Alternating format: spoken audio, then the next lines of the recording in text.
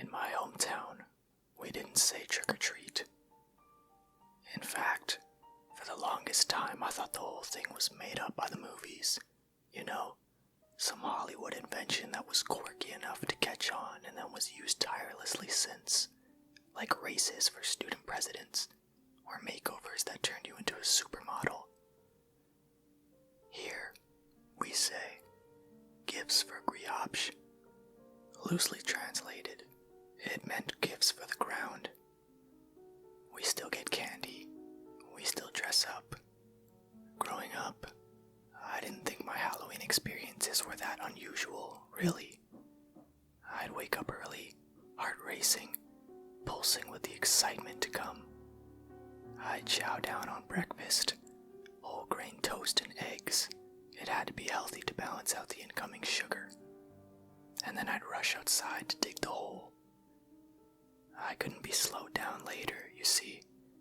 Once the hole was dug, I could shower, throw my costume on, and count down the minutes until the street lights dimmed, and I could dart out into the streets, parents trailing behind me. Even if it was a little different than what I saw on the television, well, it was still by far my favorite time of the year. Once, when I was 8, I made the mistake of saying trick or treat. I thought I was clever, you know, worldly compared to the rest of our tiny little town.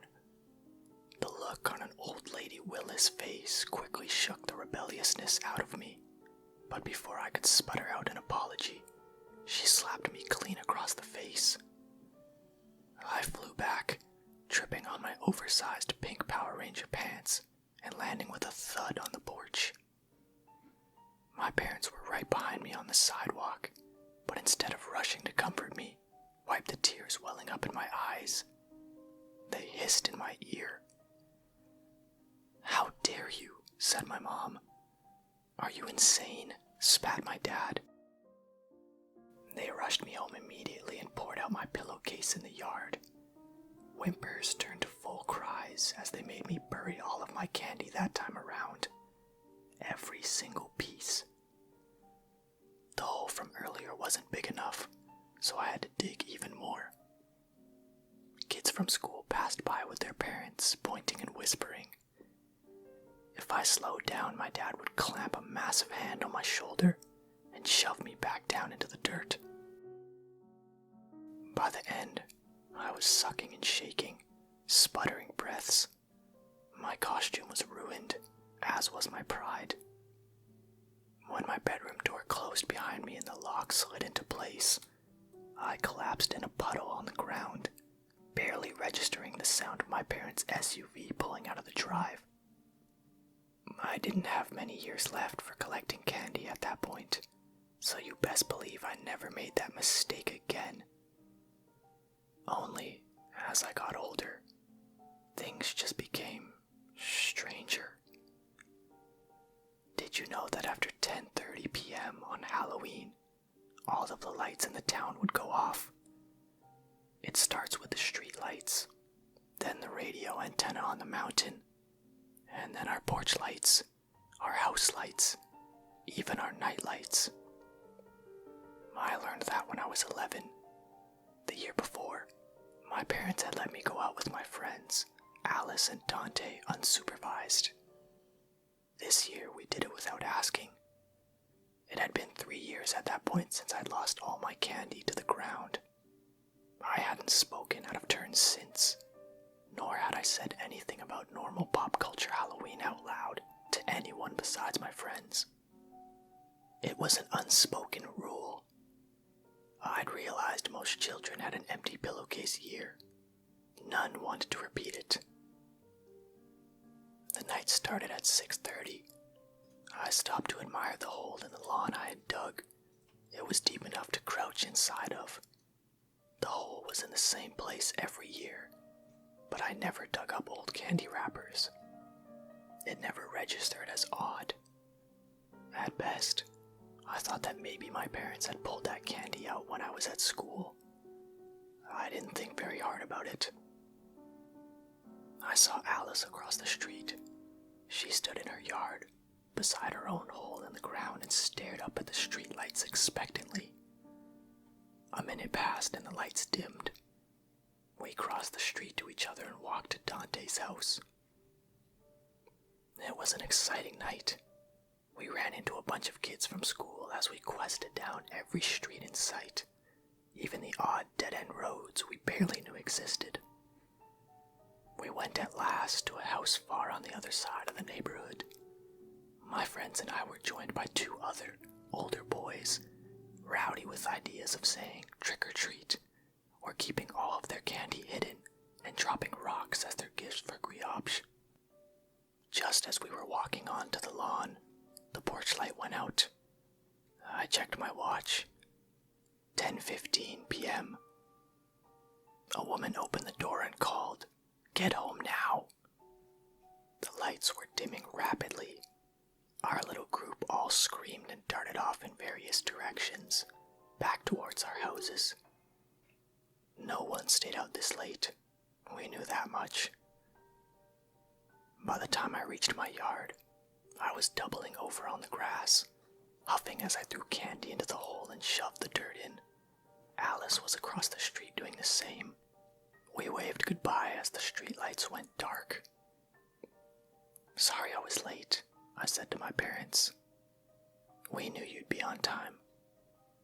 I watched from my living room window as the red light of the radio antenna to the north went out. "Make sure you lock your door." Before I knew it, I was 16. That Halloween was pretty much the last year of looking young enough to reap the delicious candy gifts for Griopsh offered. I was going as a fairy. Alice, Dante, and I, usually dressed up in a group costume. A cop with two prisoners, Fred, Wilma, and Betty from the archaic but still amazing comedy, The Flintstones. Han Solo, Leia, and Padme Amidala. I'm sure you get the point. But that year, being our last, we decided to pick our own costumes and surprise each other. The only person I wanted to impress, though, was Dante. As I did my makeup, I prayed with every bit of foundation, every swipe of bronzer, every addition of sparkles, and light pink lip gloss, and I thought of him. I dug the obligatory hole by the weeping willow in my front yard early in the day, so I would have time to perfect my hair and makeup. I got dressed in a pale yellow skirt and matching yellow bodysuit. I was tan, but I rubbed my arms and legs with a soft shimmer hydrating cream. I applied a soft pink eyeshadow and a bright violet eyeliner. I donned my fairy wings, light pink ballerina flats, and left my long, whitish blonde hair down, curled gently to make beautiful beach-like waves. I rushed downstairs at 7, eager to show my parents my costume. "Isn't it perfect?" I beamed and twirled. Dad was sitting in a chair in front of the curtain-covered bay windows in our living room. He didn't look at me, nor did he say anything. My unease grew in my belly. My mother looked at me, though. There were tears in her red-rimmed eyes, black half-moons of exhaustion drooping underneath. "Oh, well, aren't you just a beauty?" she said as tears marked a path of pain down her face. "Don't you think she just looks beautiful, Jerry?" Her horrifying grin and her weeping eyes made such a strong juxtaposition that I had the urge to vomit. Thanks, Mom," I muttered, wanting more than anything to leave the house. "Let's take a picture," my mom said with her fake, terrifying smile. "Let's do a silly one," I suggested, though my words were in vain. We took a few pictures, her tears still flowing. "I'm gonna go now, Mom," I said gently. She let out a terrible sob, a sound that will forever haunt me. Her eyes turned from sorrowful to desperate. "Please, Millie, please, don't go outside." She lunged for my arms, but my father stood to grab her. She turned and wept into his shirt. "What is spoken must be honored," that. He looked at me as if he had just noticed that I was there. "Go on, Millie." His voice cracked, and I knew in my heart that if he started weeping, I would stay home. But he collected himself, hugged me, and kissed my forehead. "Don't forget, Millie. We love you. I swear that we do," he said in that serious voice that he used to use to scare off the ghosts and ghouls from under my bed. I nodded at him, and he held me tight, lips next to my ear. "We'll never stop, no matter what. Now get going, silly Millie." It's fair to say that teenagers miss some things, some important things, that adults never would. They were tuned into a completely different frequency. My brain was distracted, thinking of Dante and the fun night ahead. I smiled awkwardly at my dad, and then walked out into the beautiful warm evening outside. I looked back at my home, just once, to see my father stapling black curtains to the windows. What in the actual hell is happening? The answer to that question was one I eternally wished I had actually asked. But missed opportunities don't come back. I nearly tripped over the 3191 address marker affixed to the curb as I darted across the street to Alice's house, failing to realize that this was the inevitable byproduct of moving without the benefit of streetlights. Stop!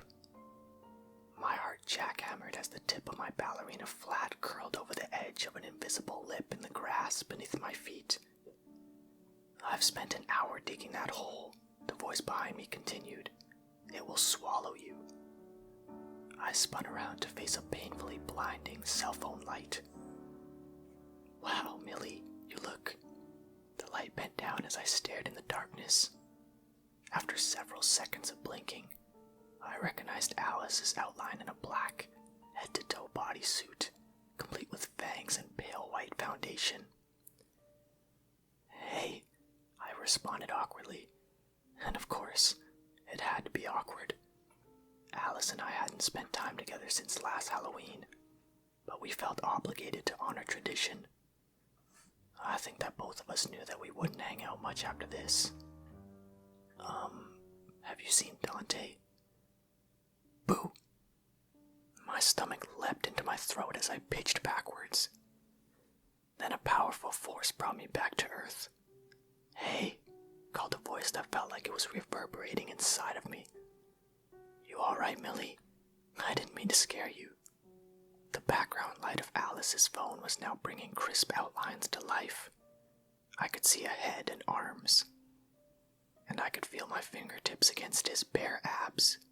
They were like wooden logs. I swallowed. "Are you not wearing a t-shirt, Dante?" He laughed and stepped back as Alice illuminated the space between us. "Conan the Barbarian doesn't need a shirt, Millie." He grinned in the lopsided way that drilled a single dimple into his left cheek. Wow. You look great, Millie. Are you an angel?" "Yes," I answered. "Well, no. I'm a fairy." Shit. I hoped it was too dark for him to see my face flush red. "Anyway," Alice interjected, "I was going to suggest that we get moving, but doesn't the darkness seem, I don't know, odd to either of you?" I looked down the street for the first time. Every streetlight was out. Every porch light had been flipped off. If it weren't for Alice's phone, the world would have been completely black. "I noticed the lights going off as I walked over here," Dante explained. "But 10:30 is hours from now. I know we're not supposed to go to dark houses, but is this it? Does our last time end before it begins?" I began to offer an answer that was constructed in the youthful naivety that it would be received in the exact way that I intended it to be heard. But I never got that chance. At that moment, dozens of torchlights flared at the far end of our street.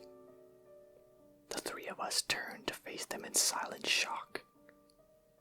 "Look," Alice breathed. We turned around to face the opposite side of the road, where dozens more torches had been lit. My heart flipped as Dante's hand slipped into mine. "Run," he ordered.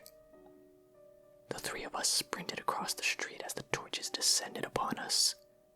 "We need to get your parents to drive us out of here," Dante panted as we flew up my porch. He grabbed the doorknob and pulled. It didn't budge. "Millie, why is your door locked?" he yelled. Teenagers miss some things, some important things that adults never would. But I understood this. Mom and Dad had shut me out. However greatly they loved me, it wasn't enough to spare me from what was about to happen. Wordlessly, I grabbed Dante's hand and pulled him away from the porch. I didn't want to be cornered when they reached us, and I didn't want to be away from him when we were caught. "Stop, Millie," he mumbled as I dragged him backwards across the damp grass. "They're almost here," Alice announced in a trembling voice as she followed us. "Stop," Dante yelled, grabbing me in a way that made me feel powerless and comforted all at once. I looked up to see his soft, brown eyes gleaming in the advanced torchlight. "Don't move another step, Millie," he whispered. His eyes flicked downward. I looked behind me to see the hole that I had dug earlier that night, but in the weak light of the advancing flames and reflected beams from Alice's phone, I could tell that something was very, very wrong. I hadn't dug the hole this deep. Even in the darkness, I could tell that it dropped far into the earth below. Much farther than any child would ever need during gifts for Griopsh. More than any child was capable of doing on her own. "They're here," Alice whispered. I think they meant to surround us at the edge of this hole. I think that was their plan this whole time." As the mob moved closer, fixing to surround us just as Alice had predicted, I could hear a slow and aligned hiss coming from the hordes of people advancing upon us. All were speaking in perfect harmony. All had eyes as black as pitch, and all, except for 6 people, were holding torches or rakes or baseball bats. The 6 that I noticed were chained at their wrists and ankles, faces covered with filthy burlap sacks. The crowd continued to chant in unison. "May sorrow be your portion. May grief to you be bound. If you dishonor what was spoken, and withhold the blood for the ground. Gifts for Griopsh accepts your sweets, your small sacrifice once a year. But every century to keep your protection, Griopsh demands one life's blood and tears. Griopsh longs for the blood, the ground wet with salty tears. Griopsh drinks the young blood and washes with the tears. Griopsh drinks with the young blood and washes with the tears." They repeated the last 2 lines over and over, growing louder with each repetition, crescendoing into a monstrous, unnatural roar. The 3 of us, ears covered, trembled and pulled closer together. We stood before the crowd holding hands, Dante on my left, Alice on my right.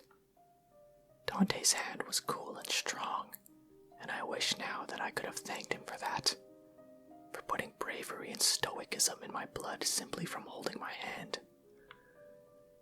Alice's hand was violently quivering, her fear so thick it was almost palpable, the stench of it making me nauseous. I turned my head and looked at her, just as a tear slipped down her face. "No, no," the word echoed in my head.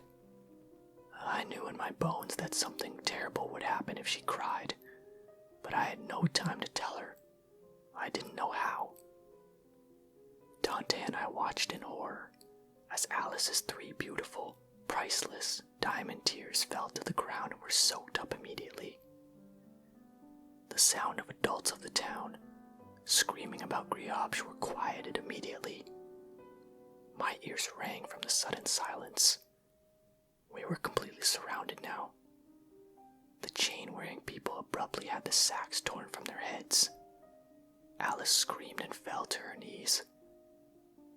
They were our parents, our moms and our dads, weeping. I wanted to scream. Dante squeezed my hand, silently telling me not to move, not to say anything. My dad met my gaze, slowly shaking his head and then winking. Just once. It was our secret code from when I was a kid. The slow shaking of his head meant hush, no talking. And the wink? One wink meant no tears. Be a big girl, right now. Alice screamed for her mommy and daddy. Why wouldn't they come to help her? They could only bear so much, so at the height of her wailing, they turned around and began to leave. Alice tried to run after them, but the group closed the gap they'd left and waved their weapons at her.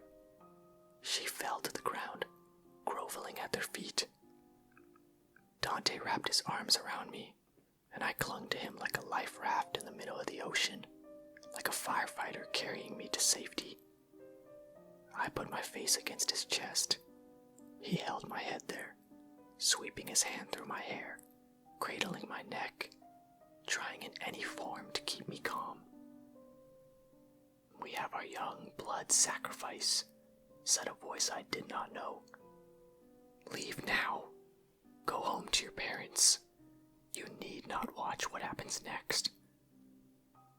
No, said Dante, his voice calm and cool. She is our friend. We're not leaving her. I looked up at him. All eyes of the crowd locked onto his face with disbelief, seeing firsthand his inner strength and calm insolence. Very well. And you, Millicent Ophelia Dorsey Winter, agree with Dante Raphael Garcia? A strong and steady voice asked. I raised my head that had been resting on Dante's chest. I stood beside him, still holding his cool and steady hand, and made a small but determined wall of defiance. Yes, of course I do. They grabbed Alice, wailing, and pulled her from the ground. Her cries were haunting, inhuman, a sound that would stick with me for the rest of my life, that I'd hear every time I was alone in the dark. They stripped her bare. I squeezed Dante's hand again, trying not to weep, trying desperately to be brave. She fought. Oh, how she fought for her life. 4 men managed to grab her and unceremoniously throw her into the Griopsh hole I had dug by the weeping willow that morning. Dante and I stood close, listening for the frail thud of Alice's body as it hit the ground. But we waited and waited, her screams echoing in the distance.